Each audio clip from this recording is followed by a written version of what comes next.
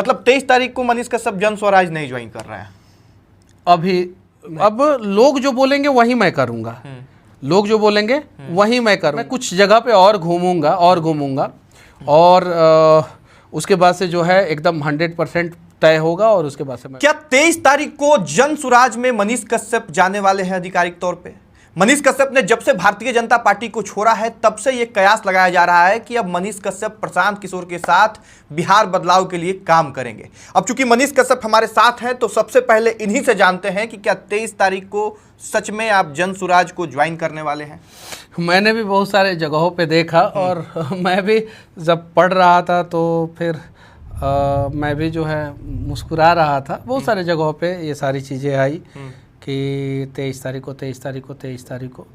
अच्छा, इसके जवाब से पहले ये बताइए कि ये जो पीला वाला गमछी है और लगातार ये चर्चा चलना कि प्रशांत किशोर के साथ जा सकते हैं, आपके कई करीबी लोग प्रशांत किशोर के साथ दिख रहे थे, तो क्या कुछ खिचड़ी पक रहा है? क्या सच में जन स्वराज से आप इतना ज़्यादा प्रभावित हैं कि अब ज्वाइन कीजिएगा पार्टी को?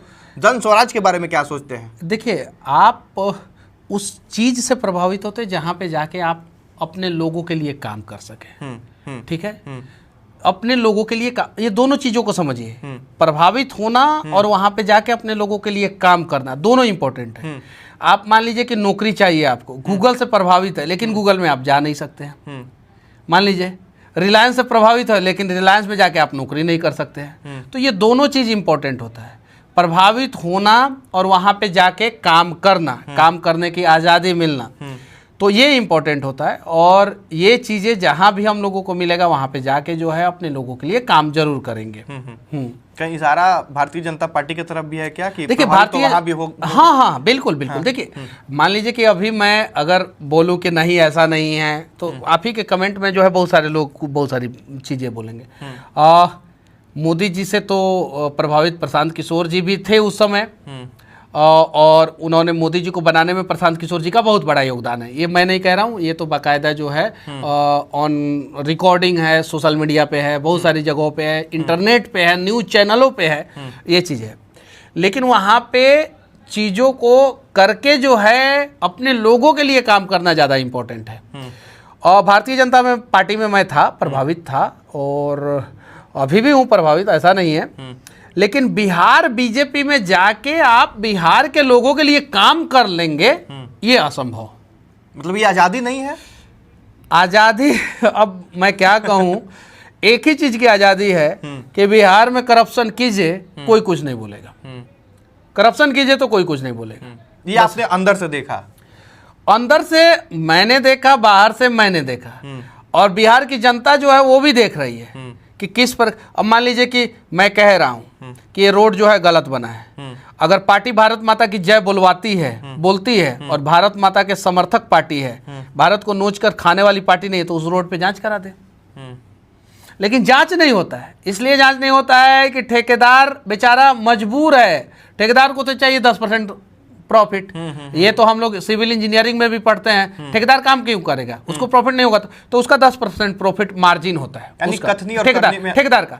ठेकेदार 10% कमा रहा है, कमीशन कहाँ चला जा रहा है? नेताजी के पास। मैंने नौतन में जो है एक वीडियो बनाया, नौतन में जो है नौतन में बनाया, फिर शिकारपुर में जाके मैंने बनाया, शिकारपुर हरपुर के बीच में एक रोड है उस पर मैंने वीडियो बनाया। हालांकि पता नहीं क्या हुआ कि वो वीडियो जो है वो सोशल मीडिया से हट गया। कभी कभी बहुत सारी चीज़ें जो है कुछ वर्ड्स और उसके वजह से सोशल मीडिया हटा देता है। मैंने मतलब कि एग्रेसिवली बनाया था, वो वीडियो हट गया। मैंने देखा कि वहाँ पे जो है सड़कें बहुत ख़राब है, ये सारी चीज़ें। उसके लिए ठेकेदार दोषी नहीं है, नेता दोषी है। नेता को चाहिए 20% कमीशन।